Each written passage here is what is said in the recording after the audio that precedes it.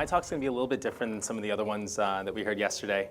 I'm going to focus more, instead of on what I do, I'm going to focus on how I do it. It's going to be a little bit of a switch. I'm going to give you a little bit of a background on this story. So I got invited to talk to Catalyst Week, to this crew. And normally I always talk about technology. It's always the next interface, like how we're going to engage, what the future's going to look like, what are the apps that are trending. And so I told Catalyst that, and they were like, oh, no. We don't want any of that tech talk here. We want you to talk about you and something that happened in your life. So we did some brainstorming and we did some research, and we were thinking, like, looking back, and childhood was okay. There was no catalyst moment. And we didn't come up with anything. And then one of the Catalyst girls came up and like, Rameet, well, you have this crazy schedule. Why don't you talk about your schedule? And I was like, sure. I've never talked about my schedule before, but I would be happy to share that with the community. So my talk today is again about how I work. And I have a slightly different, unique schedule that I've come up with. I call like a life framework. It's just a framework to live by. I don't want you guys to think that I'm advocating for this framework. It's more about knowing that you can have your own life framework and figuring out which one's best for you, and then implementing it, and then tweaking it, and then always, most importantly, cheating it. So don't always live by the rules that you set for yourself. You won't enjoy life as much. So cheat a little bit, even with your own framework. So I'm just going to quickly dive into mine. So I call mine 7 in 1. 7 in 1 because there are 3 7-in-1s in a day. So it's 3 8-hour shifts, I guess you could call it. So the first one is, of course, sleep. I sleep for 7 hours.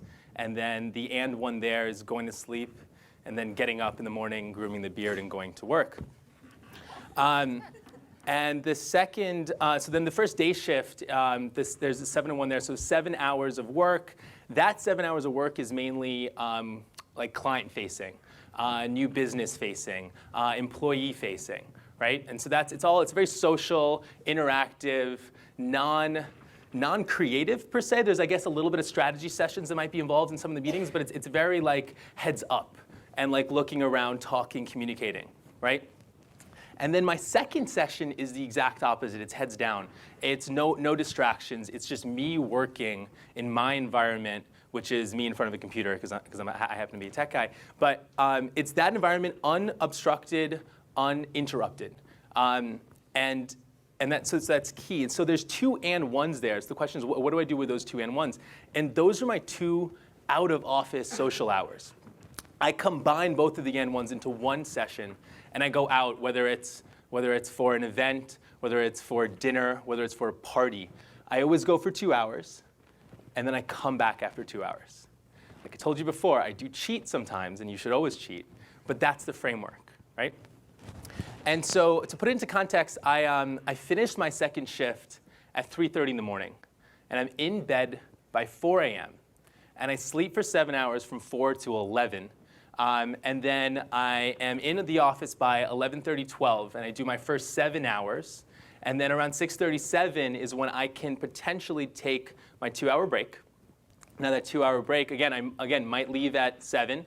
I might leave at 9 o'clock. I might leave at 10 o'clock for a party, but I'll take a 2-hour break somewhere in that second day shift, in the first half of that second day shift. And then I come back to the office, and then I have my, I work till 3:30. And then I'm back at home by 4, pass out, rinse, repeat, right? And so some friends always ask, like, Rameet, how do you keep that up? How do you not get burned out? Don't you get burned out? And one of the most important things is the framework that exists that I've created it because it's what my goal is. My goal is to figure out a way where I can do what I'd like to do more in any given day, right? Because I love working in technology so much that I don't want to just work 7 hours a day like the average person or the average employee does. I want to fit in more. So the question is, how can I possibly fit that in, right? And that was a driving force behind coming up with this schedule. And of course, I didn't randomly just come up with it one day and it's like, oh, cool, I have this 7-in-1 policy, let's do it. It was over the course of 3 years, kind of just slowly tweaking my schedule that just ended up being right now, it's at 7-in-1. Who knows what it's going to look like in 2 years, right? And so to go back to how I'm able to accomplish it, so there's a couple things that I've learned in the last 3 years while tweaking my schedule that I've been able to do to be able to make sure that those 2 day shifts, those 2 7 hours, are fully productive 7 hours, right? One of them is actually both of them are associated to your diet. So I realize that my body reacts, and a lot of people's body react to sugars. You get a boost in energy. The goal basically is, the way I want you to think about it, is just keeping your energy levels equal all day long, right? So how do you do that? How can you keep yourself just balanced and at a level of energy and that's just consistent throughout the day? So anything that rocks it, any rise in energy will conversely result in some type of pitfall, down, slum period, right? So focus on no spikes, no artificial boosts in energy. So what will give you an artificial boost? Caffeine, artificial boost, any forms of sugar. Carbs are also, I consider, complex forms of sugar, so carbs will also give you a boost. You'll feel it, you'll feel happy. Think about the sensation of comfort food. It's called comfort food for a reason, but 4 hours later, it's not that comfortable. Or if you're like dozing off, it kind of is comfortable. But that's the notion of comfort food. Is like you feel good, but you don't associate what happens 5 hours later with what you ate, because it's just further on. But really, that's what's affecting it. When people go home at 5 o'clock and they're at home and they're just lazy and they lie on their couches and turn on the TV. I haven't watched TV in 5 years. They turn on the TV and they're lazy. Why? It's because what they ate for lunch, or it's a coffee that they had all day that spiked their energy levels, and now they're down here and they just want to relax. They don't want to do anything. They just want to sit down, maybe have some more food, and just sit down and relax, right? So if you can get rid of that, if you can equalize it, that is awesome, right? I wake up in the morning and I have the same energy levels all day long. And then when I pass out at 4 o'clock, that's the time, that's a moment when I'm tired. And every day I go to sleep at 4. That's another one of the key concepts. Right now, culturally, we are used to and we've accepted the fact that on weekends we can party late and on weekdays we're not supposed to, right? And so over the span of 7 days, we've basically convinced ourselves that it's okay to go to sleep early some days and late some days, and basically continually fluctuate your sleeping schedule. It's horrible. Your body doesn't know when to go to sleep or when to stay awake. It's not used to it. And then you have all these supplements that you're taking, you're putting in, confusing it in terms of your energy levels. Like, okay, cool, I'm supposed to be up now because I just had a coffee. And yes, I'm like, go, go, go. And then 4 hours later, I'm like, oh, I need another one. Like, and coffee's a drug. All the caffeine's a drug. I consider them drugs. You get addicted to them, right? So when people think I'm crazy, and I'm sure we had some reactions in the audience when I was like, oh yeah, I go to sleep, every day at 4 a.m. I saw your face.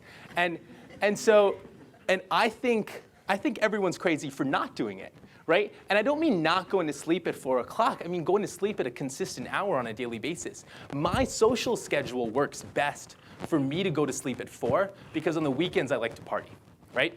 So, but maybe in 5 years I'll shift it to 1, or maybe I'll shift it to 2, right? Which will be more culturally normal, right? Because everyone's used, oh, Rameet, why don't you go to sleep at 1? You can still sleep for 7 hours, get up at 8, and then go to the office at 9. But yeah, I could do that for a couple days out of the week, but then I know I'm going to be persuaded to stay out later on the weekend, right? It's going to happen. So anyway, so that's the kind of rationale behind like the hours that I work and why the hours are set at what they are now. And like I said before, this is my framework. I don't want you guys to adopt the exact same framework. Feel free to adopt these, use this as a guideline for how you can come up with your own schedule to work efficiently. And again, your goals might not be to work a lot. My goals is just I want to work, right? So how do I work more? Your goals may be, okay, I want to work a certain amount and I want to spend a certain amount with my family. Whatever your goals are, you can still get to those same goals, right? You just have to get there in a way where you have a framework and you're aligned in the framework, and then you're cheating. I want to go back to the cheating concept. So, you take a trip to France, and you've decided not to have carbs. Have a baguette while you're there. You know, like it's okay. A lot of people. By the way, you subconsciously, you guys all have frameworks that you live by. If you really think about it, you all have them already. It's just about becoming conscious that they exist and really defining what they are. So you guys already have these frameworks that you live by, and I see it all the time where people have these rules that they live by and they don't break the rules at all. That's just, you're missing out on life when you do that. Just know that you're cheating, and as long as you know that you're cheating, then it's cool. Because naturally you'll cheat less, right? When you know you're cheating, you're like, okay, cool, I know I'm making an exception here, but I feel like the exception is worth it. I'm going to continue with it, right? So that's how I want you to think about it. So the framework that I live by, I'm here, I'm in Vegas, I'm going to go out Saturday night, I'm going to have fun. And I'm in New York. If family comes into town, obviously I will switch the schedule around and spend more time with family, and just be flexible.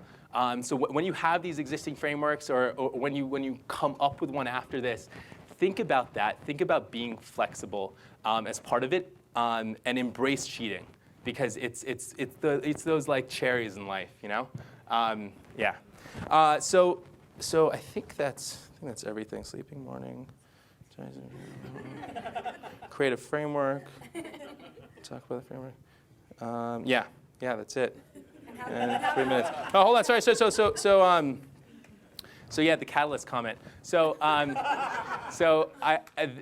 hoping that this talk is a catalyst for you in creating your framework, and I'll leave you with I hope you go away thinking that what is my current framework, and how can I improve it? Thank you.